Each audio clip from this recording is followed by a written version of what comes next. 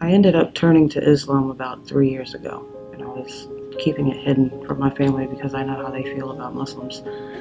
And I was keeping it to myself under wraps. Everything I had was hidden. And one day my mother went through my things and found all of my things and said, I'm not having that in my house. If you want to keep that, you got to get out of my house. If you want to stay here, you got to lose that. Yeah, when you hear somebody tell you you're going to live in a shelter, you expect an army barracks style building, big dome with cots lined up against the wall. It's not what I got at all. ICNA Relief is the Islamic Circle of North America, and this is the Relief branch specifically, in which we focus on the needs of the community. We focus on the grassroots aspects of America. The country we live in is a great country. The United States has a country of opportunity, but at the same time, I think people are living in their bubble to think that once their life is okay, everything else is fine. You know, we're the people that are on the ground helping people with financial assistance, with women that are in need, maybe going through domestic abuse, maybe going through other issues and need some place to lay their head down at night. Some of them are refugees from different parts of the world, and some are locals that are women, mostly women that are going through divorces. You know, children that, you know, go to school hungry or they need backpacks because they don't have the necessary supplies. This is where we come in. Some cases the masjid can handle, we always call ICNA, and they step into the plate and they do a good job at that. And there's a big increase. Subhanallah, there's so many Muslim kids that are in the street.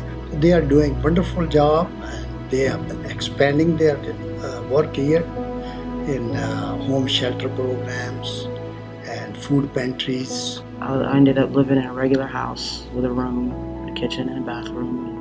And ICNA Relief work has become a tool of dawah. Like, alhamdulillah, a lot of people come to our shelter. Out of 9, 3 of them became Muslim.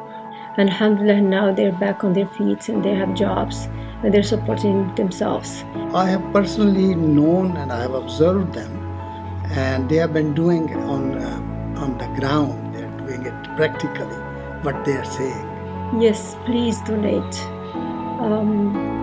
Alhamdulillah, ICNA is doing a great job, and we need more donations to help support more programs. For example, we need a shelter for brothers as well.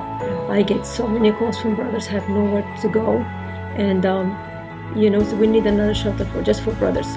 We need a shelter for families with children, because so many sisters call, but they have kids that are older, especially boys, and they have nowhere to go, so they stay in the car or they stay in the street.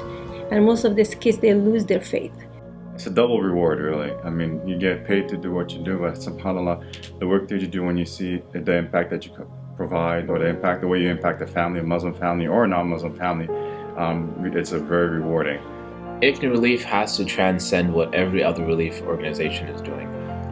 Every organization comes into play to serve a need, right?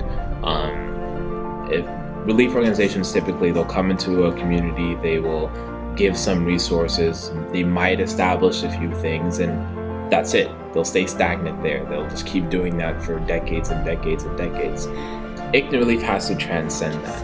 ICNA Relief has to be an organization that we start, yes, giving those basic resources, but then we work on building people.